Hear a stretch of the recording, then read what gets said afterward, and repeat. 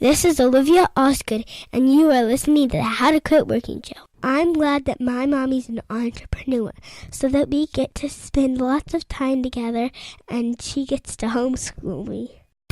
This is the How to Quit Working Show. Jeff Steinman believes entrepreneurship is the only true path to freedom. That's why he created the How to Quit Working Show, where you'll hear stories, insights, and inspiration from lifestyle fanatics who left their soul-sucking 9-to-5 job forever.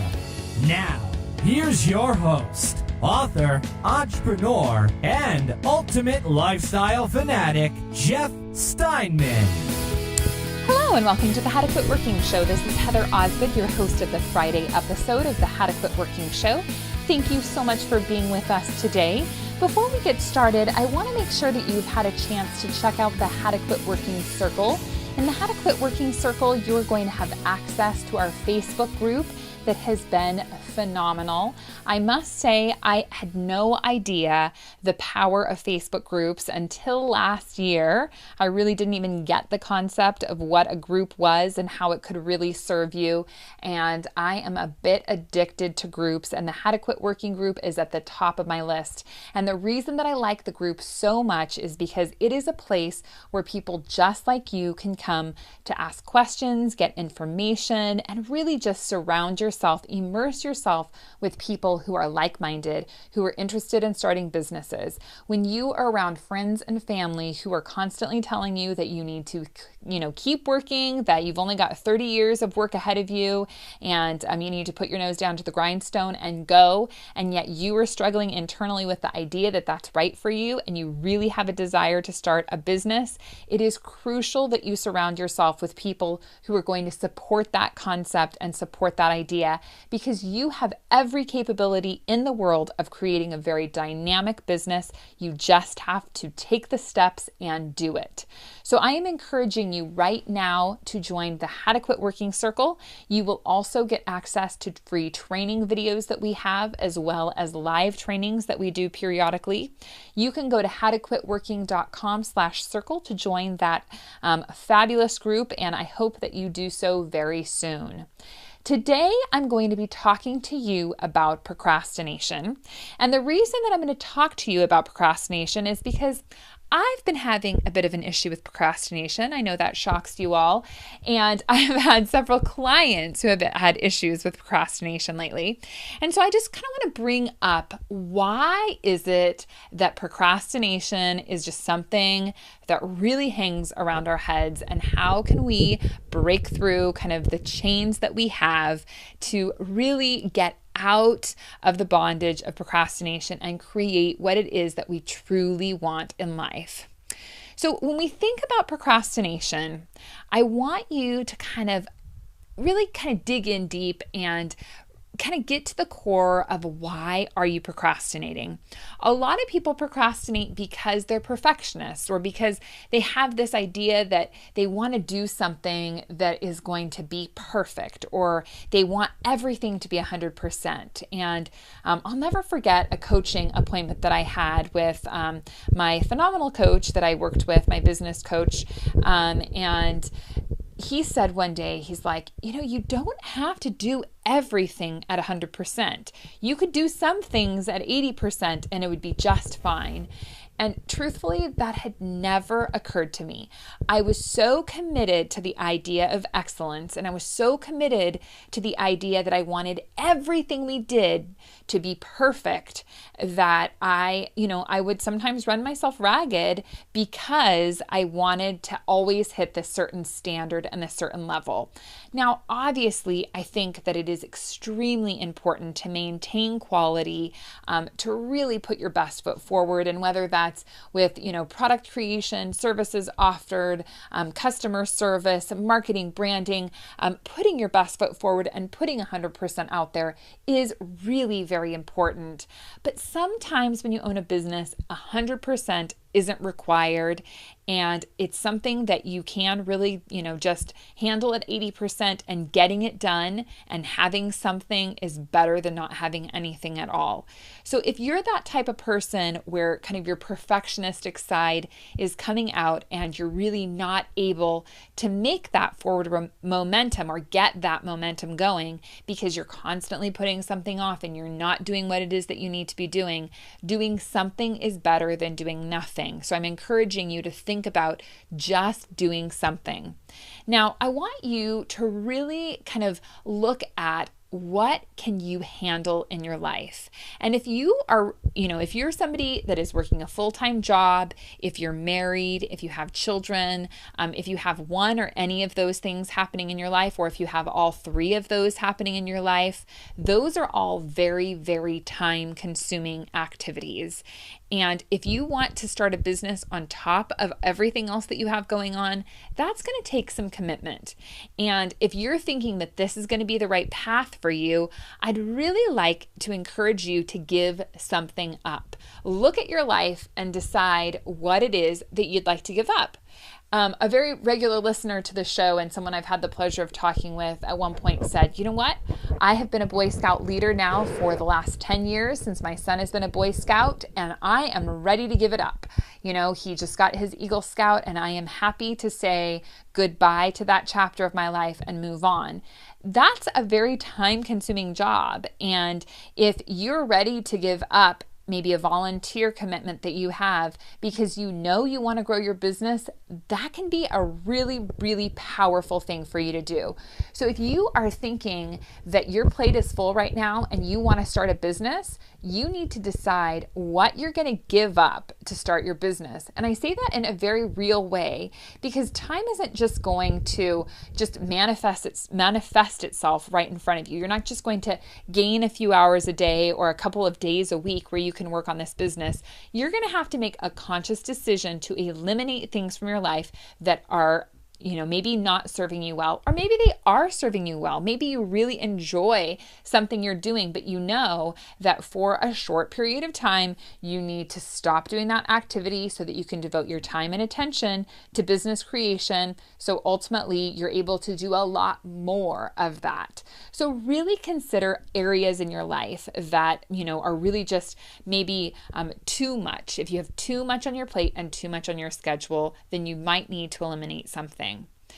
Next, I really, really want to encourage you to say no to things as opportunities come up for you to either volunteer or serve, or maybe take on new projects at work, or maybe do even home remodeling projects. Maybe your spouse is really encouraging you that this is the summer that you need to repaint the house. It's possible that you need to take your spouse or, have that hard conversation with your employer, or say no to that nonprofit and really just explain to them that this isn't something that you're able to commit to right now. And obviously, if it's someone close and in a confidential situation and you want to say, hey, look, I don't think I'm going to be able to paint the house this summer. I really need to devote my time and energy and attention to growing my business. That should be really a doable thing.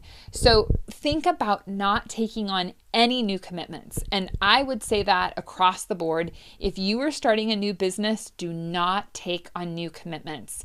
Don't plan big extravagant vacations. Just think about focusing on what it is that you want to create, because ultimately that's going to allow you to create the freedom and the flexibility to do the things that you want to do, as well as the financial kind of well-being. Next, I want you to really think about examining the activities that you do and examining your routines and your habits. I can think back, and granted, this has been many years ago now, to when I was employed, and I would come home from work and I would flop down on the couch and I would sit there for hours.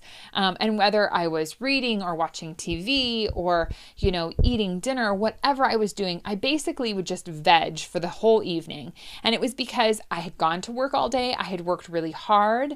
I was in a sales position and it was very rigorous. And by the time I got home, I was done. I was just ready to say, hey, this is my relaxing time. I can do whatever I want to do. do, and I did. And it became very, very habitual. So it was kind of one of those things. As soon as I walked in the door after work, I just would flop down. And it was, it wasn't a conscious decision anymore because it had become so routine in my life that I really had a hard time breaking out of it. And what I realized one day was that I was giving the best of myself to my employer, and I was giving the worst of myself to me. So my employer was getting all of my, my peak energy, my peak ideas, my excitement, my enthusiasm. And then when I came home, what was I depositing in my own personal bank? What was I doing to actually create something for myself? I wasn't doing anything. Now, granted, I did read a lot, which certainly did deposit a lot into my psychological bank account, but ultimately I was giving my employer much better of myself than I was giving myself. So really think about that, and think about any maybe habits or routines or things that you're doing right now that just aren't serving you, that have just become second nature.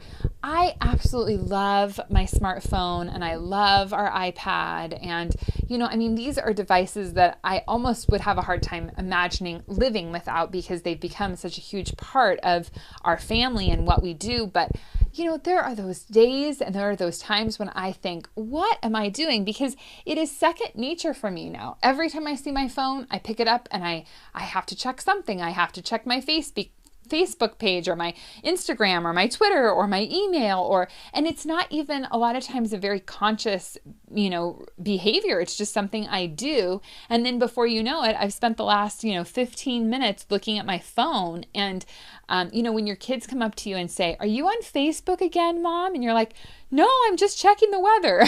It makes, it sends a pretty clear message to you that you're on your phone too frequently. And is that really, really serving you? At the end of the day, is that what you really want? Is that what you want your children to think of? Do you want your children to think, "Oh, Mom's always on her phone," or "Mom's always on Facebook," or when my kids are saying, "Take a picture of me and put me on Facebook," that always, creeps me out a little, because I'm like, gosh, is that what you think? That's the only reason I want a picture of you, is just to put on Facebook?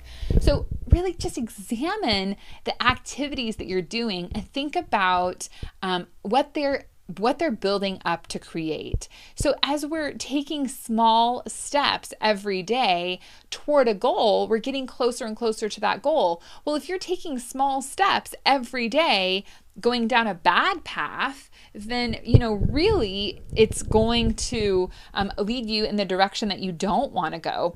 I love ice cream, and if I were to sit here and eat a, gallon of ice cream tonight, I probably could. And I might gain a couple pounds from it. I might not, it could affect me, or it might not affect me at all. Just sitting down one time eating a gallon of ice cream isn't going to be a big deal. But I can guarantee you that if I make that a regular habit and a routine where every night I eat a gallon of ice cream, I'm going to get pretty large pretty quickly. And that isn't going to serve my goals. And it's the same thing about anything else you're doing in life. If you're in a regular habit and a routine of watching 2 or 3 hours of TV a night, how is that cumulatively serving you? Or if you're in, the habit of just coming home from work and doing basically nothing, regardless of what it is that you're doing, how is that serving you? What are those activities really adding up to in your life? And if they're not adding up to what you want or where you want to be, then you have to stop those activities, because that accumulation of a constant reoccurring behavior is going to lead you in a direction that you don't want to go. So really think about, just eliminating those behaviors that are not serving you well, because those are the types of things that really lead to your procrastination, because you don't do the activities that you need to do, and instead you're choosing really less profitable things to do with your time. And when I say profitable, I don't just mean financially, I mean profitable in every sense of the word. So think about that. The next thing with procrastination I found is that sometimes tasks can sound really daunting. So I had a conversation with a client today and she said, I hate to empty the dishwasher because it just feels like a daunting task. And I'm right there with you, sister. I hate emptying the dishwasher. I got a dishwasher for the first time a couple years ago. Makes no sense to me. You just double wash the dishes and then you have to empty the dishwasher. It is a daunting task. It is one of those things that you look at and you go, oh, I got to empty the dishwasher. That sounds horrible. And what you're doing is mentally, you're making it a much bigger task than it actually is. It's not really that big of a task to empty the dishwasher. And in most cases, it's probably a 5 to 10 minute task. But when you build it up in your mind and you feel like it's something bigger than it actually is, then it becomes really difficult to manage. That happens a lot with business, and it happens, I think, especially with people who are starting businesses or when people are in a growth phase of their company. So you think about all the things that it is that you need to do to start your business, and in most cases, you've never done them before. So they seem very daunting. If I said, you need to go create a budget for your company, where are you going to start? How are you going to do it? You have no idea. That becomes a very daunting task for you. If I said, I want you to come up with a mission statement for your company, that could be a very daunting task. Or, if we talked about, I've got a client right now working on creating standard operating procedures for her company, and that's been a very daunting task for her. And it's because she doesn't know where to get started. She isn't able to break it up into small enough pieces to really make it something that is digestible.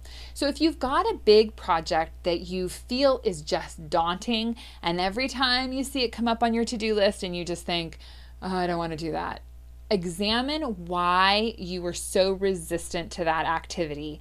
Because always, and I mean always, there is some underlying reason why you're not doing that activity. And in most cases, it's because you don't feel like you have all of the information. You don't feel like you have the confidence to execute it.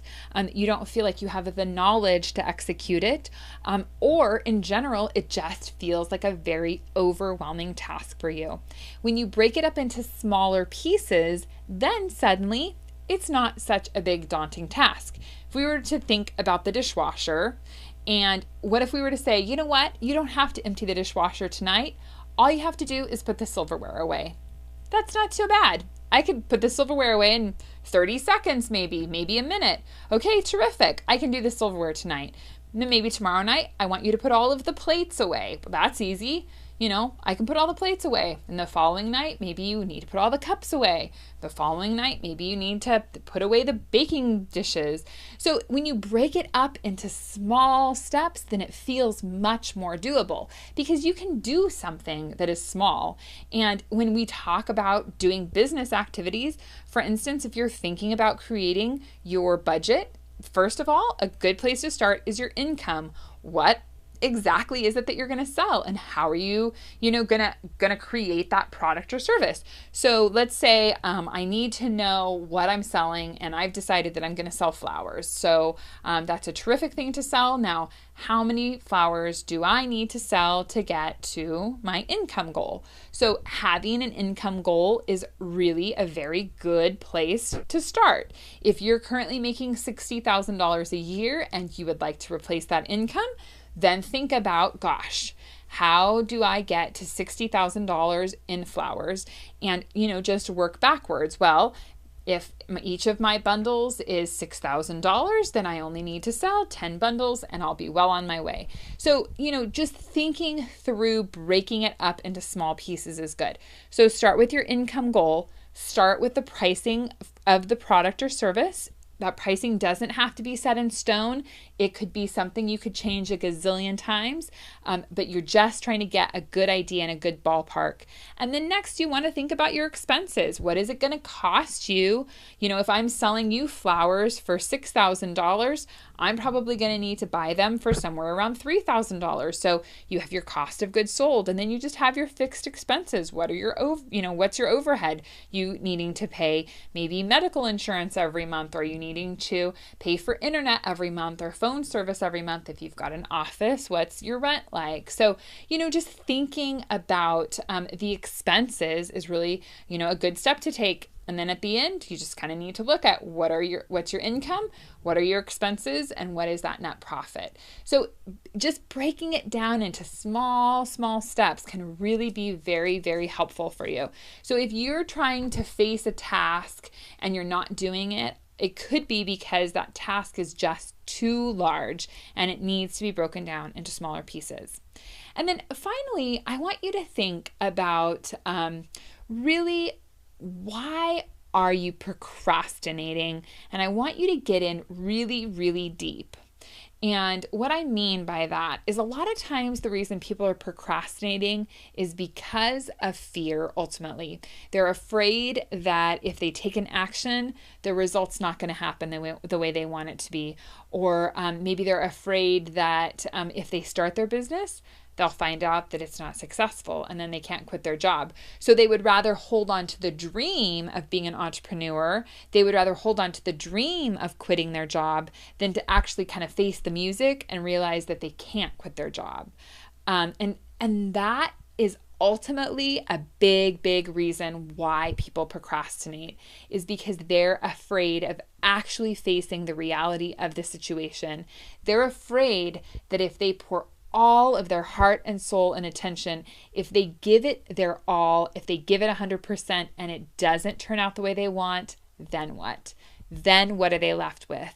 And if that's something that you're facing, I just want to encourage you and just kind of just build you up right now and tell you that you are not alone. There are lots and lots of people out there who feel that every day. They don't have that self-assuredness. They don't have kind of that knowledge that everything is going to be fine and they're always going to succeed. There are many people out there who are very afraid that their best just isn't good enough. And if that's where you're at right now and you're kind of procrastinating because of bigger issues, and a lot of times I find in business that it's kind of self-worth issues. Like people will say, well, gosh, I would start my business, but I just hate my logo. So I can't start my business because I don't have a good logo. And I'm like, no, who cares what your logo looks like? I can buy some quality products from you if your logo is horrible. It doesn't matter what your logo looks like. Or people will say, I can't start my business because I don't have a website. That website is just holding me back. And as soon as I get my website, then everything will be good. That's not true. It is just a story, and it's something you're saying to yourself to sabotage yourself, but it is not true. You don't have to have a website to be successful in business. You should have a website, and I'm not saying you shouldn't have one. It should definitely be on the top of your list, but you can go sell products and services without a website. Trust me, I've done it. Then there are other scenarios where people say, well, I can't sell the product because my business plan isn't perfect, or I can't sell something because my license, my business license isn't fully approved, or I don't have the bank account open yet, or, we just put all of these scenarios and all of these roadblocks into place. And if that is what you're doing right now, let go of those roadblocks. Let go of those things that you feel like you have to start a business, and really just look at generating income. Now, I am not telling you that you don't need a logo or a website or great business cards, or, to have a great, have your business license, to have a business checking account. You do need all of that stuff, and it is very good and important pieces of your business. But don't let that hold you back from making money. And, that's what a lot of people do, is they spend hours and hours and hours and hours creating these things that they don't have to have. Your website doesn't have to be perfect. There are lots and lots of websites that are not perfect. I was on my phone the other day, and I was looking at, a certain industry, and one that I thought should have some pretty incredible websites. And I tell you what, they were all awful. And they were all local people that I wanted to deal with. And I had high expectations that I was going to find something. And yeah, I was on my phone, but in this day and age, I would expect that their site would be fairly, mobile ready and responsive to my phone. And they weren't. They were just awful. And that doesn't mean I'm not going to hire them. And that doesn't mean that I don't think that they could be really good at what they do. Do I think that they need a better website? Yeah, I think their company would be a lot more profitable if they had a better website. But that doesn't mean that they aren't great at what they're selling. And people will see that for you too. And, just don't let that hold you back from success. And don't let kind of the idea that you have to be perfect hold you back. And don't let that fear that if this is all you are and it's not good enough, then what? Really don't let that type of thinking even enter your brain. Because I can tell you right now, you're not good enough. None of us are. We can all be better all the time. We can all improve. Does that mean that we're not successful where we're at? No, of course not. We are successful where we're at. Could we be more successful? Sure. So it's really, it's just about you kind of embracing the idea that you are doing the best that you can do with what it is that you have. And I can guarantee you that taking action today is going to be far better and serve you at a much higher level than if you continue to procrastinate and don't do anything at all. At the end of the day, next year, next month, in 10 years, in 20 years, you will be much happier that you took action, because as you're taking action, you're learning. The only way to get better at anything in life is to practice. And the more you do it, the better you're going to get at it. If you're never giving yourself that opportunity to practice and really perfect those things that seem daunting, or the tasks that maybe seem insurmountable, if you're not practicing them, you're never, ever going to get better at it. And so I just want to encourage you right now to, just think about taking action. If you could see my house right now, you just might shed a tear. It is a mess.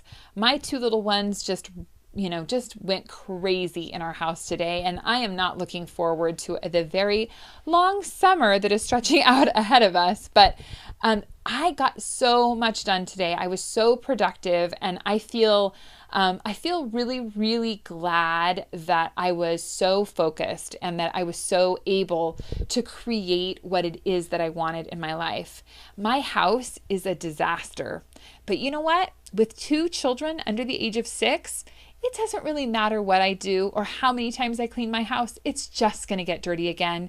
And I'm probably going to go pick it up right now, and I'll probably pick it up again tomorrow morning. It's going to get picked up at some point. It doesn't matter if my house is a mess right now. What matters is that I took the action that I needed to take today to move my business forward.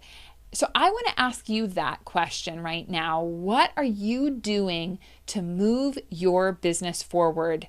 What are you getting out of procrastination? What are you gaining from procrastination? A lot of times people say, what do you mean? What am I gaining from procrastination? But we all gain positive responses from negative behaviors.